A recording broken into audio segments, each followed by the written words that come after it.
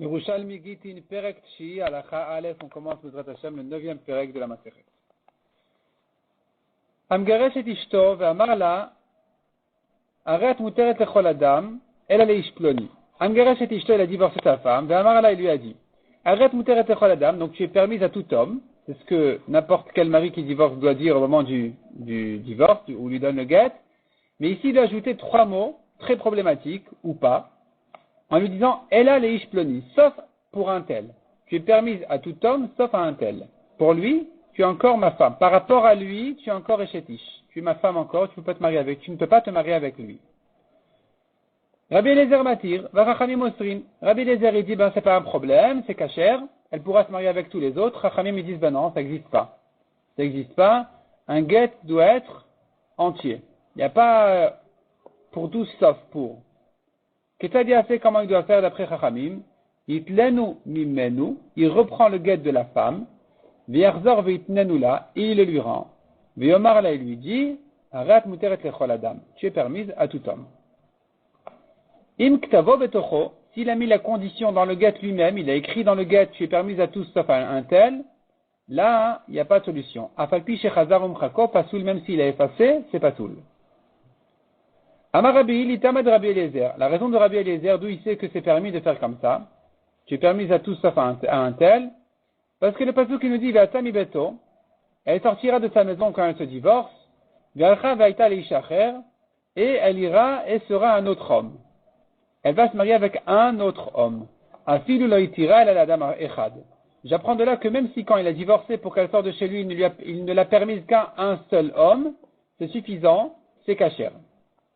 La Gemara dit Shmuata, cet enseignement de Rabbi Eli, Ruba mimatnita, c'est plus grand que la Mishnah, c'est un plus grand chidouche que la Mishnah.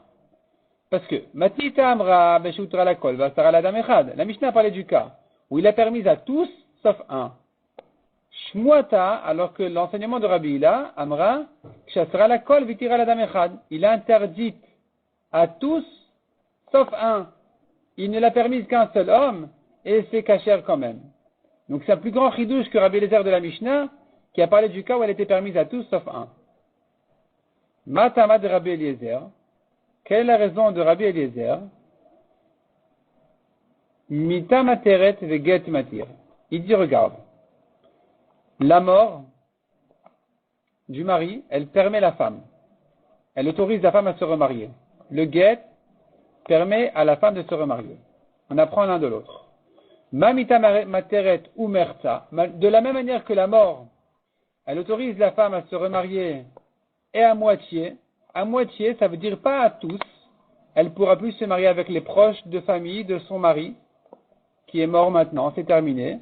Les proches de famille sont interdits définitivement. Le frère de son mari, sauf en cas de hiboum, le père de son mari toujours, le fils de son mari toujours. Et donc tu vois que la mort n'autorise pas entièrement à la femme de se remarier. À faget matir ou merta. De la même manière, le guet, il peut permettre à la femme de se remarier, malgré que c'est que à moitié, c'est-à-dire, comme on a dit, à tous, sauf à un tel. Matama de Ravnin, quelle est la raison des Chachamim qui disent que c'est pas soul? Ils disent, Viatami beto, Ve'alcha vaita leishacher. La Torah a dit, elle sortira de sa maison, et elle ira, et elle se marie avec un autre homme. Et kish yetzi'a la havayata. La Torah ici a comparé le divorce au mariage, au remariage. Ma havayata. De même que un mariage se fait entièrement, c'est-à-dire dans le mariage, elle n'est liée à personne d'autre qu'à son mari. Il n'y a pas d'autre personne, c'est entier, c'est que à son mari. De la même manière, quand elle sort de chez son mari, ça doit être entier, et pas qu'il y ait d'exception à son divorce, comme ici, où il lui aurait dit à tous sauf à un tel. Ça, c'est pas soul parce que ça ne ressemble plus au Kiddushin. Alors la Torah l'a comparé. Après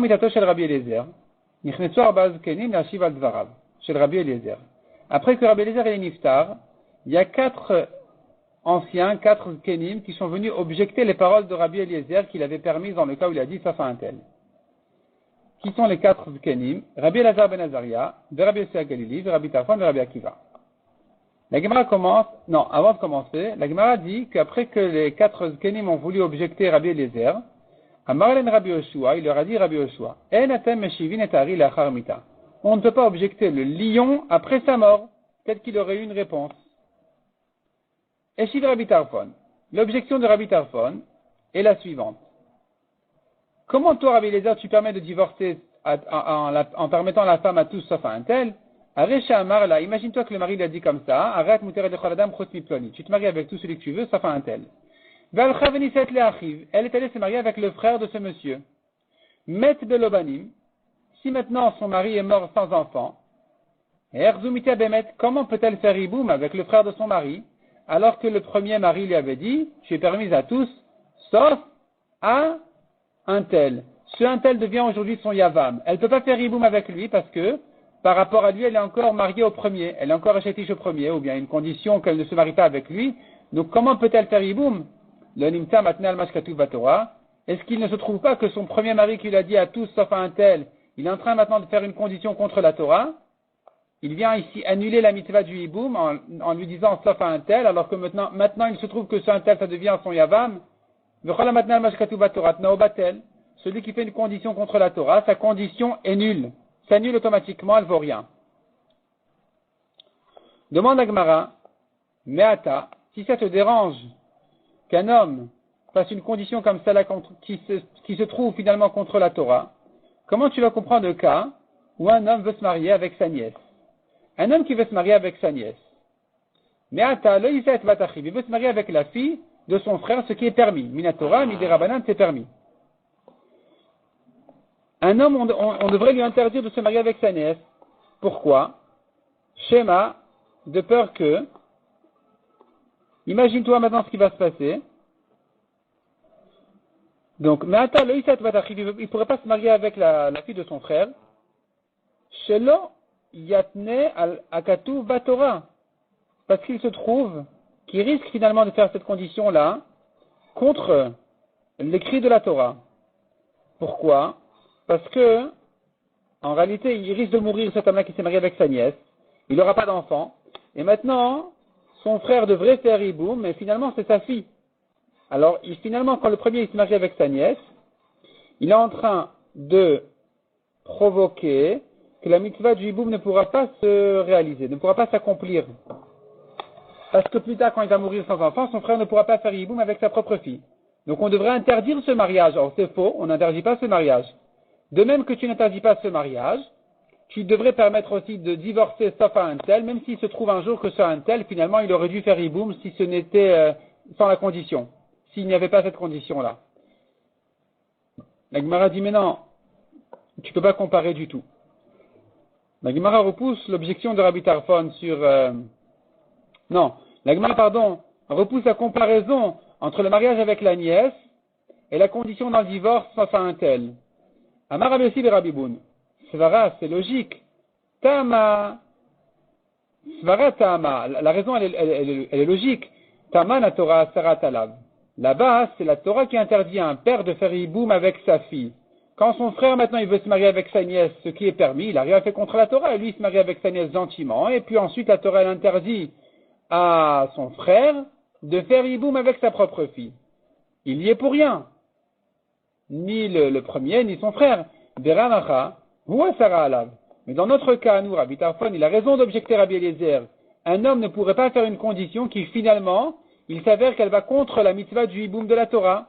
C'est lui qui a annulé le hiboum. C'est pas la Torah, c'est lui-même qui lui a dit, écoute, tu es divorcé, tu te maries avec tous, sauf à un tel. Qui t'a permis de dire sauf à un tel, alors que c'est un tel, finalement, c'est lui qui doit faire hiboum. Donc, la Gemara dit, finalement, l'objection de Rabbi Tarfon, elle est vraie. Enfin, la Gemara, maintenant, elle maintient l'objection de Rabbi Tarfon. Etiv Rabbi Hananel Beshem Rabbi Pinchas. Rabbi Hananel objecte, il dit, Nitne Shashesre Nashim, que Rabbi Eliezer, d'après Rabbi Eliezer, nous avons encore un problème. Le problème, il est que la Mishnah, au début des Yevamot, elle dit, un homme, on sait bien, il ne fait pas hiboum avec la femme de son frère si elle lui est interdite. Si elle est sa fille, si elle est une de ses proches avec qui il ne peut pas se marier, il ne fait pas hiboum avec elle. La Mishnah là-bas nous compte 15 femmes qui sont proches de famille du Yavam et qu'elles ne peuvent pas faire hiboum à cause de ça. Demande la Gemara, on en a 16. D'après Rabbi Eliezer, on a encore une femme qui est interdite avec le Yavam parce qu'elle est chétiche. Qu'est-ce que ça veut dire qu'elle est chétiche? Eh bien, c'est exactement le cas qu'on vient de ramener. Le premier mari lui a dit, tu te maries avec celui que tu veux, sauf un tel. Elle s'est mariée avec son frère, et son frère, il est mort. Maintenant, elle devrait faire hiboum avec ce un tel en question, mais par rapport à lui, elle est encore chétiche au premier. Donc, tu as encore une 16e femme, parmi les femmes qui sont interdites au Yavam. Pourquoi la Mishnah ne l'a pas citée d'après Rabbi Eliezer au début des Vamot? Donc la question elle est, Nitne, on aurait dû enseigner Shashesre Nashim, 16 femmes, que Rabbi Eliezer, selon ce cas-là de Rabbi Eliezer. Il répond la Gemara, non, on n'aurait pas pu enseigner 16. Amar Rabbi Mana, Kvaritmar, on vient de dire déjà, Tama Taman, la raison de là-bas, elle est, on vient de dire la raison, Taman la Torah Asara Alav. Dans les 15 femmes, c'est la Torah qui les a interdites au Yavam. Le Yavam ne fait pas Yiboum avec sa fille, même si elle était mariée à son frère. Parce qu'elle lui a interdite, c'est la Torah qui l'a interdite. Tandis que dans notre cas, nous, c'est pas la Torah qui a interdit cette femme-là. C'est le premier mari qui l'a interdite au Yavam, en lui mettant des conditions dans le guet, et donc ça ne rentre pas dans la liste des 15 femmes qui sont interdites par la Torah. C'est autre chose. C'est ici, il y a un problème extérieur ici. On est rentré dans une circonstance où finalement on se trouve face à un problème, mais ça rentre pas dans la liste des 15 femmes interdites. Bien sûr qu'elle est interdite, mais c'est une raison extérieure, c'est une raison d'une condition. Rabbi Yirmiyah Baï. Alors ici, à partir de là, il y a, selon le Korban Haïda, beaucoup de corrections dans la Gemara. Si on veut maintenir la version de la Gemara, on pourrait l'expliquer, un peu difficilement peut-être. On va choisir plutôt le Korban Haïda pour faciliter la lecture de la Gemara qui corrige. Donc on va prendre plutôt les corrections du Korban Haïda et ça se comprendra plus facilement. Donc d'abord lisons la Gemara telle quelle. Rabbi Yirmiyah Baï. Rabbi Yirmiyah il demande. C'est bien notre cas. Tu es permise à tous, sauf à un tel. Elle est allée se marier à quelqu'un d'autre. Oumet, et il est mort. Et comment ce dernier peut permettre ce que le premier a interdit? Ça, c'est notre version de la Gemara. Prenons maintenant la correction du Korban Haïda. Qu'est-ce que ça veut dire? Qu'est-ce que la Gemara dit ici? Alors, le Korban Haïda, il dit comme ça. Na'ana Rabbi Shimon ben Elazar. Ici, la Gemara, elle passe à une objection de Rabbi Shimon ben Elazar qui dit Aresh Amar vechule. Donc, voici que le mari lui a dit tu te maries avec tout sauf un tel. Elle est allée se marier avec quelqu'un d'autre. Elle a respecté la condition de son premier mari au divorce. Elle s'est mariée avec quelqu'un d'autre. Vegirsha, ce quelqu'un d'autre a divorcé. Ve'amarla, arrête muter de chol adam. Son deuxième mari lui a dit, écoute, maintenant tu es permise à tous. Comment ce deuxième mari peut permettre ce que le premier a interdit? Le premier lui a dit, écoute, tu es permise à tous, sauf à un tel. Le deuxième, après son divorce, il lui dit, écoute, tu es permise à tous, même à un tel. Et il la permet à tous. Comment ça marche? Demande la Gemara. Comment il a le droit de permettre quelque chose que le premier a interdit? Revenons à la Gemara. La Gemara déduit de là, Milte Amra. Ces paroles, donc, de Rabbi Shimon ben Elazar veulent dire, Shemitato Gerushin ou Matirin Bezeh Shasar Arishon. La Gemara veut dire que Rabbi Eliezer, qui a dit elle peut se marier avec tout sauf un tel en question, il est d'accord que si elle s'est mariée avec quelqu'un d'autre et qu'il est mort ou il l'a divorcé, dorénavant elle est permise à tous. Puisque Rabbi Shimon ben Elazar dit, mais comment le deuxième mari peut permettre ce que le premier a interdit? La Gemara comprend de là que peu importe si le deuxième il a divorcé ou le deuxième il est mort, dans tous les cas, dorénavant elle est permise à tous. La Gemara repousse en disant non, c'est pas évident. Le divorce, il peut la permettre à tous. Il a dit le deuxième mari, il a dit écoute, tu es permise à tous. Qui dit que si le deuxième il est mort, aussi elle est permise à tous. Amar Rabbi Yirmiyah, le Amar ela shemitato gerushin anistuin, la correction du Korban Haïda. Amar Rabbi Yirmiyah, le Amar ela gerushin, aval mitato lo. Rabbi Yirmiyah n'a parlé que Rabbi Shimon ben Elazar n'a parlé que d'un cas de divorce qui dit que si le deuxième mari il est mort aussi, dorénavant elle est permise à ce un tel. Peut-être que dans ce cas-là, non. Peut-être que c'est que dans le divorce que Rabbi Shimon ben Elazar l'a permise à ce un tel en question. La Gemara maintenant revient aux objections des Chachamim contre Rabbi Eliezer. On a vu la première déjà. Donc on a vu celle de Rabbi Tarfon. On passe maintenant à celle de Rabbi Yossi à Galili. Amar Rabbi Yossi à Galili. Matinu Batora. Matinu Batora, est-ce qu'on a trouvé dans la Torah et Asur lezé, Mutar lezé, que ce qui est interdit à l'un soit permis à l'autre, ça n'existe pas. Va Mutar lezé, Asur lezé, ce qui est permis à l'autre et interdit à l'un. Tu veux dire, toi, Rabbi Eliezer, cette femme-là peut se marier avec tous, sauf un tel. Est-ce qu'on a trouvé dans la Torah un exemple comme ça, que quelque chose soit interdit à tous, sauf un, ou permis à tous, sauf un? Ça n'existe pas. Asur l'echad, asur l'école adam. Mutar l'echad, mutar l'école adam. Ce qui est interdit à l'un est interdit à tous. Ce qui est interdit à un est interdit à tous. Ce qui est permis à un est permis à tous. Encore une objection. Et Shiv Rabbi Akiva. Rabbi Akiva lui aussi l'objecte. Rabbi Eliezer. Et il dit comme ça. Imagine-toi maintenant que le premier mari lui a dit, écoute, tu es divorcé et tu te maries avec tous, sauf Monsieur Cohen. Avec lui tu ne te maries pas, par rapport à lui tu es encore ma femme. Ce Monsieur Cohen, il lui dira, écoute, tu croyais m'embêter, tu m'as rendu grand service. Pourquoi? Imagine-toi maintenant, ou Metam Garesh. Le premier mari, après l'avoir divorcé, il est mort. Elle ne s'est pas remariée encore entre temps. Lonimtet almana lo, ou grusha lechol echava kohanim. Il ne se trouve pas, demande la Gemara, que par rapport à ce monsieur Cohen, elle est veuve. Par rapport à tous ses frères les Kohanim, elle est divorcée. Parce que pour les Kohanim, elle était divorcée. Au divorce, il a dit, écoute, tu peux te marier avec tous. Donc elle s'appelait déjà une divorcée par rapport à eux, elle était interdite. Elle était interdite comme une divorcée qui est interdite à un Cohen.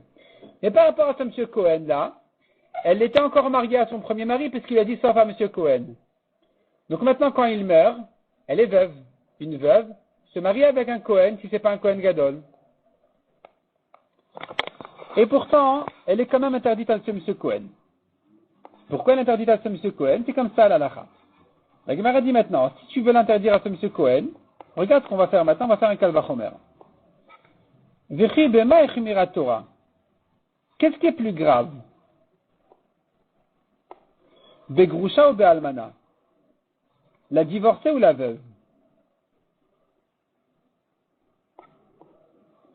Uma im grusha chamura. Si déjà la divorcée qui est plus grave et plus interdite. Uma im grusha chamura la kol. Lonesra mimashi utarba mitad gerushin sheba. Pour l'instant, je l'ai traduit. Après, on passera à la correction du Korban Haïda. Si déjà la divorcée qui est plus grave, elle n'a pas été interdite à celui à qui elle était permis à cause de son divorce. Almana kala enodin sheteaser mima sheutar la mitad shetish sheba. Voyons la correction du Korban Haïda, ça sera plus clair. Il dit comme ça. Ubema echmira Torah vechule. Qu'est-ce qui est plus grave? Donc la divorcée ou la veuve? On sait bien que la divorcée c'est plus grave que la veuve. La divorcée elle est interdite à tous les Kohanim, la veuve n'est interdite qu'au Kohen Gadol. Donc la divorcée elle est plus yoter mina almana. La divorcée elle est plus grave que la veuve, plus chamura que la veuve. Et donc maintenant on va faire un Kal Vachomer. Uma almana kala. Si déjà la veuve qui est moins interdite, nesra mina mutarla, elle a quand même été interdite à celui pour qui elle devrait être permise. En parlant de monsieur Cohen. Elle aurait dû être permise à lui, parce qu'elle est veuve. Par rapport à lui, elle n'est que veuve et pas divorcée. Et pourtant, on va la lui interdire, parce qu'on apprend des psukim que, mital gerushin sheba. Comme elle a un aspect divorcé par rapport à ses frères les Kohanim, ça va l'interdire aussi à celui pour qui elle n'est que veuve. Grusha chamura, quand tu parles maintenant d'une divorcée qui est une interdiction plus grave, parce qu'elle est interdite à tous les Kohanim, et nodin sheteaser minamutarla, n'est-ce pas un Kal Vachomer qu'on devrait l'interdire à celui à qui elle devrait être permise, Mitad Eshet Ish Sheba, à cause de son côté, son aspect Eshet Ish. C'est-à-dire comme ça. Rabbi Eliezer, toi tu dis, cette femme-là, elle est divorcée pour tous, sauf à un tel. Un tel, par rapport à lui, elle est encore Eshet Ish. Elle est encore mariée à son premier mari. La Gemara demande, mais celui pour qui elle doit être permise en tant que divorcée, on devrait l'interdire à cause de son aspect Eshet Ish à ce un tel. de même qu'au Kohen, pour qui elle devrait être permise en tant que veuve, tu l'interdis à cause de son aspect divorcé? C'est plus que de même, c'est un Kal Vachomer. Si déjà, Monsieur Cohen, qui pour lui, elle est veuve, pas divorcée comme on a dit, pour lui elle est que veuve, il n'était pas inclus dans le divorce. Donc pour lui elle est veuve, et malgré tout, son côté divorcé va l'interdire à ce Monsieur Cohen. Kal Vachomer, quand tu parles maintenant d'une interdiction plus grave, d'un statut plus grave, plus embêtant, qui est le statut d'une divorcée en général pour tous, sauf à un, on devrait Kal Vachomer ici dire que, puisque tu es en train de parler maintenant d'une divorcée, alors là, c'est un peu plus compliqué. Évidemment ici que si elle a un aspect problématique comme l'aspect de Eshetish par rapport à ce un tel, qui n'a pas été inclus dans le divorce, évidemment que je devrais l'interdire donc à tous les autres aussi à cause de cet aspect Eshetish. Ça c'est l'objection contre Rabbi Eliezer. La Gemara dit non, c'est pas une objection à Rabbi Eliezer. Afilu, revenons à la Gemara, Afilu etlo nag'ubo gerushin. Même chez lui, le problème c'est le divorce. C'est-à-dire que pour Monsieur Cohen, ce qui va l'interdire à Monsieur Cohen, c'est pas le fait qu'elle soit veuve avec problème, étoile, divorcée. C'est pas le fait qu'elle soit veuve qui la rend interdite à ce Monsieur Cohen. C'est uniquement le fait qu'elle porte un nom de divorcée par rapport aux autres qui va l'interdire à ce Monsieur Cohen aussi, malgré que pour lui, elle n'est pas inclue dans le divorce, elle n'est que veuve. C'est-à-dire, c'est son côté divorcé qui va l'interdire à ce Cohen. Donc c'est normal qu'elle lui soit interdite. Alors qu'un homme, pour qui elle est divorcée, pas Cohen, pour qui elle est divorcée, tu ne vas pas lui interdire cette femme-là en disant, mais tu sais, elle a un aspect Eshet Ish, qui dit que c'est une raison de l'interdire. L'aspect Eshet Ish ne le concerne pas. Le non divorcé, il est une raison suffisante pour l'interdire à un Cohen, même pour qui elle n'est pas divorcée. On apprend ça des psukim shinalacha. Mais le non Eshet Ish par rapport à ce un tel ne doit pas déranger celui pour qui elle est divorcée. Donc finalement, on a annulé l'objection contre Rabbi Eliezer, elle ne tient pas. La Gemara dit, mais tu sais quoi, on va faire une nouvelle objection alors. On va faire un nouveau Kal Vachomer. Uma almana nesra mima sheutar la mitzad eshetish sheba, gerushin chamurin lo kol sheken sheteaser mima sheutar la mitzad gerushin sheba. Passons à la correction directement du Korban Haïda. D'ailleurs, les corrections du Korban Haïda, elles correspondent à la Gemara au Bavli. À Tosefta, Bavli, donc il a un peu de preuves, le Korban Haïda, pour ses corrections. Donc le Korban Haïda, maintenant, il corrige ici, et il dit, voilà, l'objection de Rabbi Akiva contre Rabbi Eliezer est la suivante. Elle est plus simple maintenant que la précédente. Uma Grusha, je passe maintenant à la version du Korban Haïda, regarde Sinan. Uma Grusha, Shiikala, si déjà l'interdiction de M. Cohen, qui vient à cause du nom de divorcé qu'elle porte vis-à-vis des autres, alors que cette interdiction est une interdiction légère par rapport à l'interdiction d'une Eshet Ish. Si déjà cette interdiction de divorcer par rapport à M. Cohen, qui même si lui n'est pas inclus dans le divorce, ça va lui interdire à lui aussi, Nesra Mitzad Gerushin Sheba, on va dire à M. Cohen, c'est vrai que pour toi elle n'est pas divorcée, mais puisqu'elle porte un nom de divorcé par rapport aux autres, ce nom-là va l'interdire à toi aussi. Alors, on devrait faire un Kal Vachomer en disant, Eshet Ish Achamura, quand elle porte un nom de Eshet Ish, qui est une interdiction bien plus grave de manière générale à tous, le Kol Shekan Sheteaser Mitzad Eshet Ish Sheba. N'est-ce pas un Kal Vachomer qu'on devrait l'interdire même à tous ceux qui l'appellent une divorcée, tous ceux qui sont inclus dans le divorce, il devrait être interdit à se marier avec elle à cause de son petit aspect de Eshet Ish qu'elle a gardé vis-à-vis de ce un tel de l'exception, ce un tel qui est sorti, qui a été exclu du divorce. C'est-à-dire, de même, et Kal Vachomer, que par rapport à un Cohen, le fait qu'elle porte un nom de divorcé par ailleurs, ça va lui interdire cette femme-là, même si pour lui, elle n'est pas divorcée. De la même manière, et évidemment Kal Vachomer, une femme qui porte par ailleurs un nom de Eshet Ish va l'interdire même pour celui qui n'est pas inclus dans ce problème de Eshet Ish, puisque Eshet Ish c'est bien plus grave. Ça, c'est l'objection de Rabbi Akiva contre Rabbi Eliezer qui a voulu la permettre à tous les autres. Revenons à la Gemara. D'abord, Acher, Rabbi Akiva a encore une deuxième objection contre Rabbi Eliezer. Et il dit comme ça. Revenons donc à la Gemara. Aresha Amar là, voici que le mari lui a dit, donc c'est bien le cas habituel, arrête muteret lechol adam chutz miploni. Il a dit, voilà, tu te maries avec tous sauf un tel. Valcha veniset leacher, elle s'est mariée avec quelqu'un d'autre, vialda mimenu banim, mazal tov, elle a eu des enfants, ou met, et voilà que son deuxième mari, il est mort. Valcha veniset leotto, et elle est allée se marier justement avec un tel en question. Rabbi Akiva, il pense qu'elle est interdite à ce un tel. Même si elle s'est remariée entre-temps à quelqu'un d'autre, ça ne va pas la permettre à ce un tel. Donc, elle s'est mariée avec ce un tel. Est-ce qu'il ne se trouve pas rétroactivement que le guet est annulé, le premier guet est annulé, tout son mariage avec le deuxième mari qui vient de mourir est un mariage interdit d'une échetiche, tous ses enfants sont mamzerim. C'est catastrophique, toi, d'après toi, Rabbi Eliezer, de permettre une chose pareille. De permettre un divorce avec exception, c'est catastrophique. Ça va finalement nous ramener plein de mamzerim. Elle s'était mariée avec son premier mari à 20 ans, qu'il a divorcé immédiatement en lui disant avec tous, pourvu que tu ne te maries pas avec un tel. Elle s'est remariée à 21 ans, elle a vécu 60 ans avec son deuxième mari. Aujourd'hui, elle a déjà 90 ans, elle a perdu son deuxième mari qui a déjà des enfants, des petits-enfants, tous magnifiques. Et voilà que son mari, le deuxième mari, il est mort, après beaucoup d'années de mariage, et elle a oublié complètement sa condition du premier mari, elle est allée se marier justement avec ce un tel.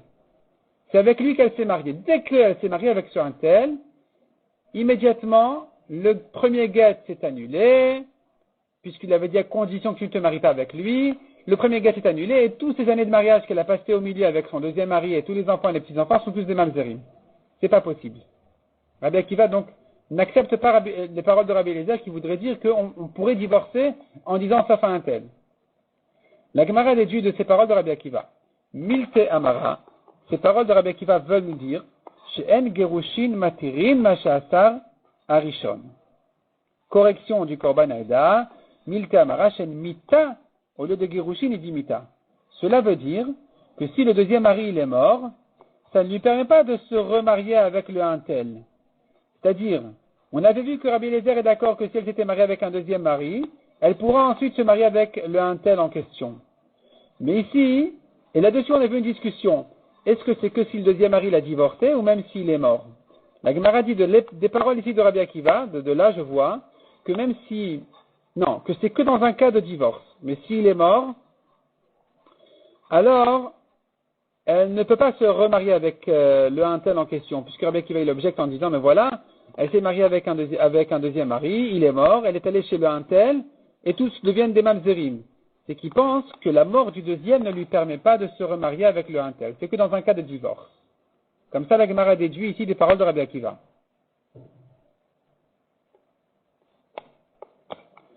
Amar Rabbi Shammai dit, Matinu, il demande sur ce que Rabbi Akiva a dit. Il dit, regarde, Matinu isha batrila, en chayavin ala mishum erva, ou basof chayavin ala mishum erva. Est-ce possible une chose pareille, de dire que le deuxième mariage ne la permet pas à tous, y inclut le un tel en question? Est-ce possible de dire que le deuxième mariage n'annule pas la condition du premier qui exclut le un tel de son divorce? Bien sûr que, de même que le divorce du deuxième la permet à tous, même le un tel, de la même manière la mort du deuxième va la permettre à un tel, parce que comment est-ce possible de dire une chose pareille? Qu'elle se soit mariée avec le deuxième, il est mort, et au moment du mariage, tout était cachère, tous les enfants ils étaient cachères, et voilà que tout d'un coup, quand elle s'est mariée avec le un tel, rétroactivement tout s'est annulé, tout devient un faux mariage, tous y deviennent des mamzerim. Est-ce que ça existe une chose pareille, un mariage, qui au début il est permis et finalement il devient interdit, rétroactivement? Revoyons les mots de Rabbi Shammai, Matinu Isha, est-ce qu'on a trouvé une femme, Batrilain Chayavin ala Mishum Erva, au début elle est permise, on peut se marier avec elle, ou Basof et finalement Chayavin ala Mishum Erva, il s'avère rétroactivement qu'elle était Shatish parce que finalement la condition n'a pas été respectée, c'est pas possible. Tu es obligé de dire que de même que d'après Rabbi Eliezer, le divorce du deuxième la permet à tous, y inclut le un tel en question, de la même manière la mort du deuxième doit la permettre aussi ou un tel en question, donc finalement il n'y aura pas de mamzerim.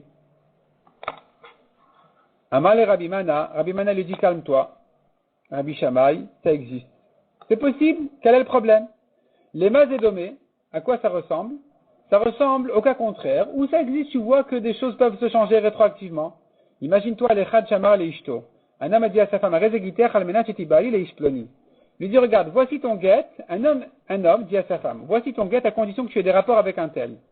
Batrila, ou à Solivol. Ce un tel en question n'a pas le droit d'avoir des rapports avec elle, parce qu'elle est encore mariée. Tant que la condition ne s'est pas réalisée, elle n'est pas encore divorcée. Donc aujourd'hui, il ne peut pas avoir de rapport avec elle. Avar ou Baal, s'il a fait la Vera, il a eu des rapports avec elle, ou Taragat et Masrea, il se trouve rétroactivement que c'était plus une Avera.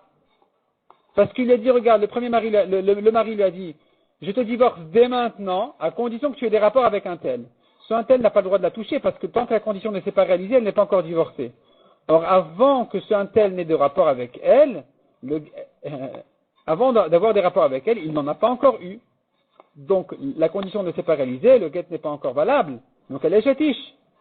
Il n'a pas le droit donc d'avoir des rapports avec elle, parce que pour l'instant, elle est chétiche. Mais dès qu'il a eu des rapports avec elle, la condition s'est réalisée, automatiquement, rétroactivement, le guet il est cachère, il n'y a plus de avera rétroactivement. Donc tu vois bien qu'il y a des amusements dans ces choses-là. Il y a des changements. Il se peut qu'a priori ce soit interdit, finalement ça a été permis. Donc ne t'étonne pas ici aussi. A priori son mariage il était cachère, mais si plus tard elle se mariait avec le monsieur exception, le monsieur qui a été exclu du divorce, et qui est en condition qu'elle ne se marie pas avec lui, eh bien, rétroactivement, tout va s'annuler, toutes les catastrophes arrivent, finalement, ils sont tous mamzerim, ça peut exister. Donc, Rabbi Mana, il dit à Rabbi Shammai, ne t'étonne pas qu'il se passe une chose pareille, comme dit Rabbi Akiva, que finalement, rétroactivement, le mariage a été interdit. Amar Rabbi Yochanan, Alakha ki Rabbi Shimon ben Elazari. L'alakha est comme Rabbi Shimon ben Elazar qui a dit, de Rabbi Shimon ben Elazar Amar, l'olam enoget. Rabbi Shimon ben Elazar dit un homme qui a donné le guet à sa femme, il lui a mis dans la main lorsqu'elle dormait. Eh bien, quand elle se réveille, c'est pas suffisant de lui dire voici ton guet. Il doit le reprendre et le redonner. Ad Shiomar Bishat Matana Rezegiter. Au moment où il le lui donne, il faut qu'il lui dise voici ton guet. Et donc, la est comme lui. Il faut reprendre le guet quand il a mal été donné, le rendre et dire à ce moment-là voici ton guet. Rabbi Yaakov Baracha Beshem Rabbi Yanai, il dit Afrer Psul Enba. Ce guet-là, dont on a parlé dans la Mishnah, où il y avait une exception, qui est permise à tous sauf à un tel, selon les Chachamim, il est pas soul. Le guet, il est pas soul, il n'a même pas une odeur.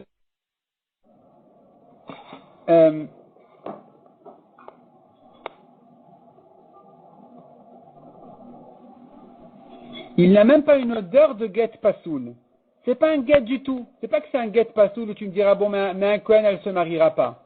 Non, il n'y a pas d'odeur de guet du tout ici. Il n'est ni pasoul, ni cachère, c'est rien du tout. C'est un papier, c'est un mouchoir. Elle peut se marier même avec un Kohen. Si maintenant son mari, il est mort après lui avoir donné ce guet en disant à tous sauf à un tel, eh bien, son guet, il vaut tellement rien que quand son mari, il est mort, elle ne s'appelle plus qu'une veuve qui peut se marier avec un Kohen. Kana Amar, Zotomeret lo chashu. Kana, il te dit, c'est Rav Kana, il te dit, j'ai une preuve qu'on n'a rien à craindre pour ce guet-là. Ce guet-là, il est rien du tout. Elle peut se marier, comme on a dit, même un Kohen s'il meurt. Intemar chashu, car si tu veux dire, il faut craindre quand même ce guet, c'est quand même quelque chose. À un Kohen, elle ne pourra pas se marier. Si c'était comme ça, alors, on devrait dire, Ad shehu beada, tant que le guet il est dans sa main, elle, de Amar la gat muteret echol adam, il aurait pu lui dire tu es permis à tous. Pourquoi il a besoin de reprendre le guet et le redonner en disant tu es permis à tous? Si tu me dis que ce guet il est quand même un petit quelque chose, il va quand même l'interdire à un Kohen, on craint quand même un petit peu, alors tant que le guet est dans sa main, il a qu'à lui dire tu sais quoi finalement ce petit guet là, allez, c'est un guet définitif, ça y est, tu es permis à tous. Puisqu'on a dit de reprendre le guet et le redonner, ça veut dire que la première fois qu'il lui a donné c'était rien du tout. Même un Kohen, elle pourra se marier si son premier mari, il meurt. La Gemara dit le contraire. On pourrait dire le contraire aussi. Amar Rabbi Acha, au contraire. Zotomer et Shechashu. De là, je peux prouver qu'il faut lui craindre un peu ce guet quand même.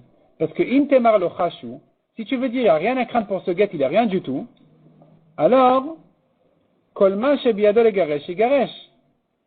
Si tu me dis maintenant que la première fois qu'il lui a donné le get avec cette condition, cette exception-là, où il a exclu le un tel, si tu me dis c'est rien du tout, alors il n'a qu'à maintenant dire, je te divorce, tu es permise à tous. Il n'a pas besoin de reprendre le get pour le redonner. Il peut s'appuyer sur la première fois où il lui a donné le get, et lui dire maintenant, voici tu es permise à tous. Kolma shebiyadol egaresh, tant qu'il peut maintenant divorcer. Egaresh, il n'a qu'à divorcer. Si tu me dis qu'il doit reprendre le get et le redonner, ça veut dire que la première fois qu'il lui a donné, il s'est passé un petit quelque chose. Et c'était insuffisant. Comme il s'est passé un petit quelque chose, il ne peut pas maintenant ajouter là-dessus en disant, tu sais quoi, tu es permise à tous. Parce que ça y est, c'est usé déjà. La première fois où il a donné, il a interdit un Kohen. Et donc maintenant, il ne peut pas dire, tu sais quoi, finalement, tu es permise à tous. Parce qu'il a rien fait pour la permettre à tous. Il ne peut pas La première fois qu'on a dit sauf à un tel, il s'est passé quelque chose qu'elle était interdite à un Kohen. Et donc, il ne peut pas maintenant lui dire, tu sais quoi, le get que je t'ai donné, il va te servir à te marier avec tous, finalement, pas qu'avec les autres sauf le un tel. Non, finalement avec tous. On lui dira, non monsieur, quand tu l'as donné la première fois, tu l'as interdit à un Kohen, tu as fait quelque chose en lui donnant.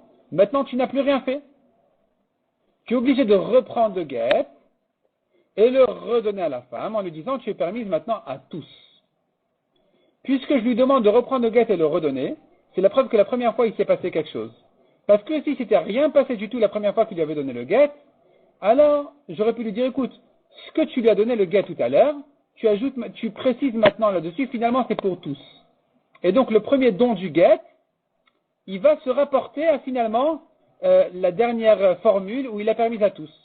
Donc d'après lui, au contraire, on pourrait prouver du fait qu'il doit récupérer le get, que la première fois qu'il lui avait donné, il s'est passé quelque chose qu'elle était interdite à un Kohen. Amar Rabbi Zira, Tane Shila Barbina. Shila Barbina a ramené une braïta, il a enseigné.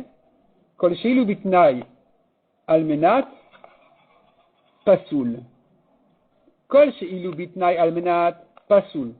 Tout get dont la condition qui a été écrite dans le get le rend pasoul, alors Sheilu Netano Almenat Pasoul. De la même manière, quand il lui a donné le get sans écrire la condition à l'intérieur, mais il lui a donné la condition à l'oral, ici aussi, c'est pasoul. Donc de même que quand il a écrit dans le get, j'ai permis à tous, à condition que tu te maries pas avec un tel, on a dit que c'est pasoul d'après les Chachamim. De la même manière, quand il lui a dit à l'oral, eh bien, d'après cette braïta, ça doit être aussi pasoul.